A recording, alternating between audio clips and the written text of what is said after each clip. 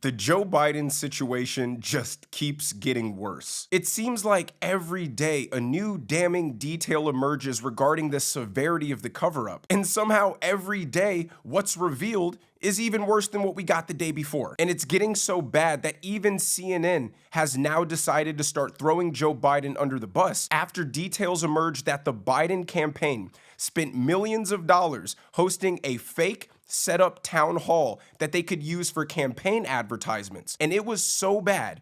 I mean, Joe Biden was so brain dead that they couldn't use any of it. And it's also come out that people in Biden's inner circle have been raising alarms about his mental state since 2019. Shocker. As always, like the video and subscribe to the channel. But before I show you guys CNN absolutely destroying Joe Biden, here's a taste of how the gloves are coming off in regards to the entire Biden family as Jake Tapper calls out Hunter Biden for being sleazy and corrupt. Evidence to support the allegation my father was financially involved in my business because it did not happen. There's no fairness or decency in what these Republicans are doing. And I do have to say, whatever you think of Hunter Biden, and there's certainly a lot of people in this town, Democrats and Republicans, that do not think a lot of him, there is a certain kind of like cruelty to the campaign against him. Where is Hunter? Where is Hunter? Where is Hunter? Hunter was driving the decision making for the family in a way that people, he was almost like a chief of staff of the family. Does that strike you as pretty bizarre? It's bizarre because I think he is provably, demonstrably unethical, sleazy, and prone to horrible decisions. I mean, tell me how you really feel. Well, I mean, just look at the record. I mean, after his brother died, he cheated on his wife with his brother's widow and then got her addicted to crack. That's just one thing I could say. I mean, I don't have a lot of personal regard for. I mean, it's such a night and day difference from the narrative that they were trying to spin about how Hunter is just some misunderstood addict. I mean, we've been screaming that this guy is an immoral, degenerate junkie, and just like Joe Biden's mental decline, the media just wanted to cover that up and ignore it. But since they lost the election and now the media propaganda machine no longer has an interest in propping up this house of cards, they've just decided to be truthful for once and expose the entire family. And now you guys might be wondering why I'm focusing so much attention on this Joe Biden cover-up. Well, to me, it's because this is the biggest scandal in American history. Our government was hijacked from us for 4 whole years. And the Democrats are hoping by admitting it now and just saying, whoopsie, sorry, we had no idea. And that we'll be vindicated and satisfied with a simple, I told you so, and not want further investigations or consequences. But no, heads need to roll for the damage that was caused to the United States. But now let's move on to CNN talking about this fake stage town hall failure, because this is hilarious stuff. And Alex, the fact of the fake town hall is not actually the worst part of the story that you report in the book. Yes, other campaigns have used fake town halls. Now, I would say those town halls usually are in addition to real town halls. Joe Biden was doing neither. This fake town hall was in order to film it so they could make it into campaign commercials. They filmed it in Delaware with supporters.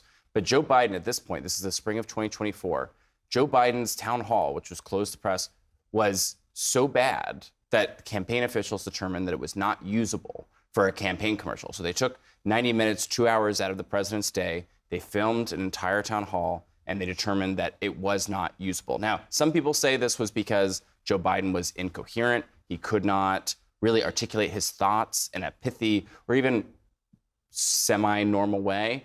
Some people just said, like, the lighting was bad. That was sort of the 2 points of view. Folks, that was our president of the United States. I mean, it's so despicable to me that Democrats claim to be the party that was fighting for the rule of law, for the Constitution, to uphold democracy. They were so scared of Donald Trump. He was such a threat to democracy, which to them just meant threat to their control over the corruption and the theft of all of our tax dollars, that they decided to destroy democracy first. They decided it was much more valuable to them to have a brain-dead president in office that they could run circles around and take advantage of over doing the right thing for the American people and getting that guy out of there. I'll always remind you guys, it's so revealing of how much this was a corrupt, undemocratic power play that the left, the champions of the DEI movement, had the chance to put Kamala Harris in office as the president and remove the old white guy that they seem to hate. But instead, they wanted a dead corpse in office who couldn't stop their robbery of the American people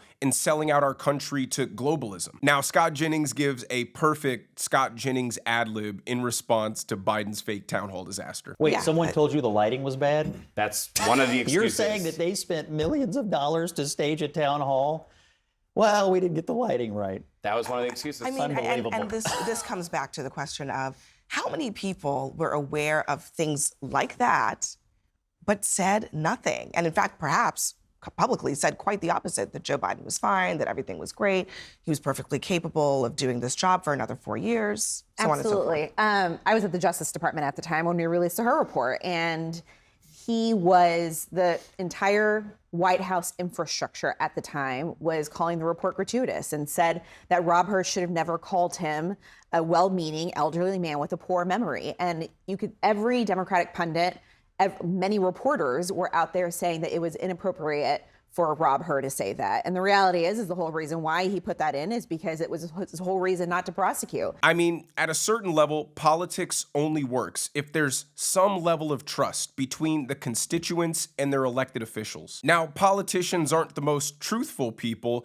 However, we don't expect them to be so deceitful, so dishonest that they would lie to the American people about the state of mind of the commander-in-chief. This story is massive in itself, but really, it's the straw that broke the camel's back, or maybe it's the tree trunk that broke the camel's back. This massive cover-up, combined with the numerous lies told by the Democrat establishment over the last 4 years, has made the Democrat Party literally untrustworthy. To any rational, reasonable person, they have crossed the line. It's clear they'll always have support from, 20% of the country who's just miserable, depressed, angry, and have no problem being brainwashed by Trump derangement syndrome. But everybody else is looking at the Democrat Party like toxic waste. Like if they get close to this thing, they'll get sick and die. But here's CNN exposing more stuff that just a year ago they would have called right-wing conspiracy theories. Let me play Mike Donnellan. He was asked at Harvard University about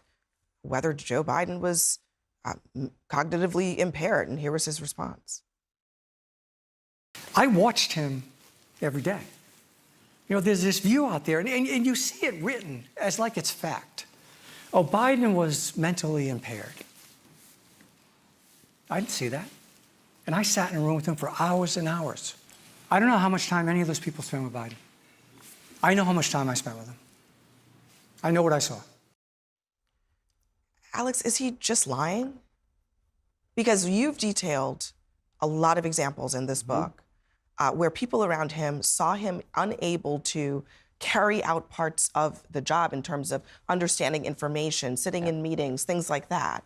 Is he just lying? I don't know if he's lying to us people or if he's lying to himself. I find it funny how Democrats want to appear to be reasonable, and finally they're believing that Joe Biden wasn't mentally fit because over 200 sources confirmed it in this book. If there was a giant hole in my wall, I wouldn't need to call 200 inspectors to verify that there's a big gaping hole in my wall. Our eyes and ears told us that Joe Biden wasn't fit since before he ran for president. And now the same media institutions that were entirely complicit in the cover-up to begin with are now pointing fingers at everybody else and claiming they had nothing to do with it. But here's Jake Tapper and his co-author on another show on CNN talking about how Joe Biden was forgetting the names of his closest allies back in 2019. New details about how much President Biden struggled at times to either recognize or remember the names of his own staff. It's all according to the new book, Original Sin. One of these instances happened even before Biden was president. Authors Jake Tapper and Alex Thompson reporting, and I quote from their book, during an 8-day grueling bus tour in Iowa in December 2019, Biden gave his aides pause. While doing prep, he struggled to remember the name of longtime aide Mike Donnellan. You know, he said, groping for it. His aides side-eyed one another. Donnellan had worked with Biden since 1981. And that's all the way back in 2019, which is kind of give you pause just thinking about this. But there were more instances, according to their book. In 2022, they write, standing in the outer oval with National Security Advisor Jake Sullivan and Kate Bedingfield, his communications director, he couldn't come up with either of their names, according to one witness. Steve, he said to Sullivan. Steve, he continued, obviously struggling to recall Jake's name. When I say the Democrat Party hates America, that's not hyperbole. They prove it every day, time and time again. But the fact that they allowed the guy who is in charge of running this country, who is in charge of making the most important decisions at any time of day, be an old man who can't put a sentence together, who can't remember names of people he's known for 40 years. That proves, without a shred of doubt, that they don't care for the safety and security of America. Their decision sparked global conflict. It sparked an illegal immigration crisis, but yet they still didn't care. Being the world's superpower comes with an important responsibility, and being the leader of that superpower is an important responsibility. And when that person is a zombie, the entire world starts acting like their parents are out of town for the weekend and they can do whatever they want. And it starts to make sense why everything was a complete disaster. And that's what they talk about next regarding a senator who met with Biden and realized, oh, this guy's not mentally here. No wonder everything's so screwed. The fact that we were able to talk to more than 200 people, mostly Democratic insiders, almost all of them after the election, was shocking, because there were just so many of them wanting to unburden themselves, wanting to get this off their chests after keeping this horrible secret for so long. And it's not like all of them knew all of it, right? People knew little pieces of it. And I think that in itself was shocking. But then if I had to just pick one scoop from the book, I think ultimately the moment that I keep thinking about is Senator Bennett of Colorado saying that after he leaves the White House at an immigration event in June 2024, and Biden's having like a really rough time, he leaves and thinks like, no wonder our immigration policy is such a mess. This guy cannot manage the portfolio. And I think that was a real shock to me. And that is why this is something I'm going to remain hyper-focused on, because decisions were getting made, authority was getting delegated, policies were getting implemented. It's just none of that was coming from the duly elected president of the United States. That is unconstitutional. That is undemocratic. It is the worst betrayal that has happened to the people of the United States. And I expect to see here soon, as the temperature keeps rising around this issue, Democrat officials to start throwing each other under the bus, because the American people are furious. They are going to demand answers. It seems like after the debate with Donald Trump, everybody in the Democrat establishment just started looking around at each other like, so can we talk about this thing now? Like Jake Tapper said, so many people were just yearning to talk about this stuff, and they couldn't before because their political careers would be over. But don't act like we're supposed to be grateful that finally you're telling the truth when it's clearly evident that the only thing you cared about was political power. And as long as you could keep hiding and lying to have it, you were going to do that. Now, the last thing they talk about is absolutely incredible. They reveal that they actually had to cut down the book by 25% because of all of the testimony that they had exposing this cover-up. And just one thing to add is all those examples you did, those are actually a fraction of actually what we had. We actually just had to cut them down because it became repetitive. The number of people that So Joe Biden this is a fraction of what you Oh got. yeah, we handed that Just to be book. We clear. handed the book in about 20,000 additional words. We had to get it down to 85,000 to meet the production schedule. So we cut stuff. 25%. Well, I mean, whatever. I'm not like no, 75. but I know what I mean. I'm just saying that's a lot that you 25%. have. Yeah. And so many people that had known Joe Biden for so long recounted experiences, especially by the end of 2023, where they would go up to him and then they would see, in their words, sort of just this vacant stare, and they would say hi, and they just, in their heads, they were like, I don't think he remembers me. This is why I said the Democrat Party is just completely untrustworthy at this point. This was widespread knowledge. This wasn't some hidden secret. All of the staffers, all of the cabinet, Joe Biden's entire family, all the Democrat leadership, the Democrat media institution, all knew, yet they conspired to create a false narrative that the sky wasn't blue, it was actually orange. And even though everybody could look up with their eyes and see that the sky was blue, the media insisted that was a conspiracy theory. They thought that if they kept saying the sky was orange long enough, we would stop believing our eyes and instead believe them. They thought we would convince ourselves that the American president not being able to speak in sentences was normal, that the American president tripping and stumbling upstairs wasn't cause for concern, that the American president forgetting where he was and wandering in various directions, having to be escorted from point A to point B every single day, was normal. And they were praying that Kamala Harris would win because then they would have never had to confront this lie. They spent millions on unusable fake town halls because Joe Biden was such a disaster. And not one person thought, you know, I love my country. I think I'm gonna tell somebody about this because this right here is dangerous. Joe Biden was just used as the face for a much more sinister plan, and that is what needs to be uncovered. But let me know what you guys think down in the comments section below. If you enjoyed the video, make sure you hit that like button. Make sure you subscribe to the channel if you haven't already. Turn on the notification bell so you never miss a video. And I will see you guys in the next one.